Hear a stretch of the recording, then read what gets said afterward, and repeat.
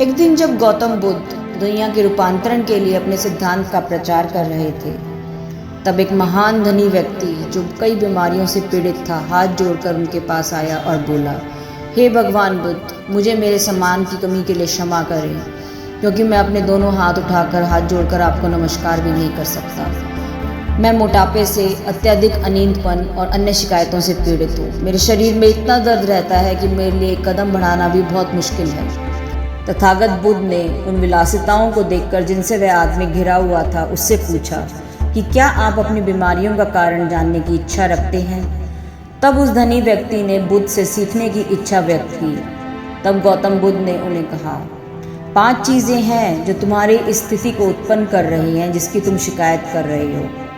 भव्य रात्रि भोज, नींद का प्यार, सुख की लालसा, विचारहीनता और व्यवसाय की कमी। तुम व्यायाम करो, अपने भोजन पर नियंत्रण रखो और अपने ऐसे कर्तव्यों का पालन करो जिससे तुम्हारी क्षमताओं का प्रयोग हो और तुम इस समाज के लिए और अपने साथी पुरुषों के लिए कुछ उपयोगी बनो। इस सलाह का पालन करते हुए अगर तुम अपना जीवन व्यतीत करोगे तो तुम अपने जीवन को लंबा खींच सकते हो।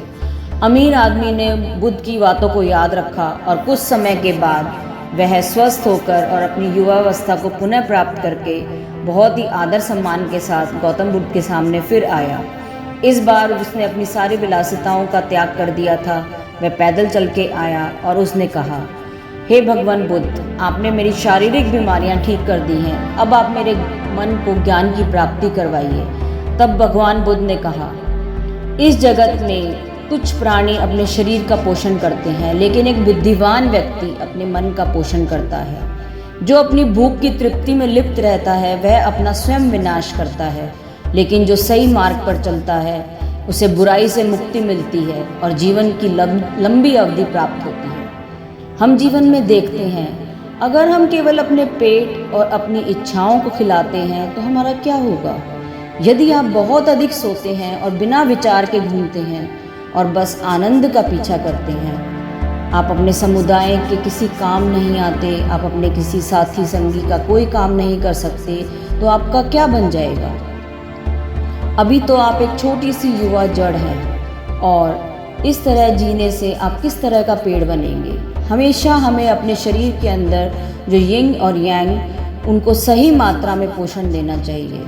हमें जीवन का आनंद भी लेना चाहिए, लेकिन हमें अपना एक व्यवसाय भी करना चाहिए, अपने जीवन को एक अर्थ देना चाहिए। अपने कुछ लक्ष्य निर्धारित करें और हमेशा अपने दिमाग को पोषण दें, अपने दिमाग में बढ़ने की कोशिश करें, ताकि हम समझ सकें कि इस ब्रह्मांड में हम किस वजह से आए हैं और यह ब्रह्मांड हमसे क्या आशा रखता है। हमेशा खुश रहें, स्वस्थ रहें। Stay blessed everyone.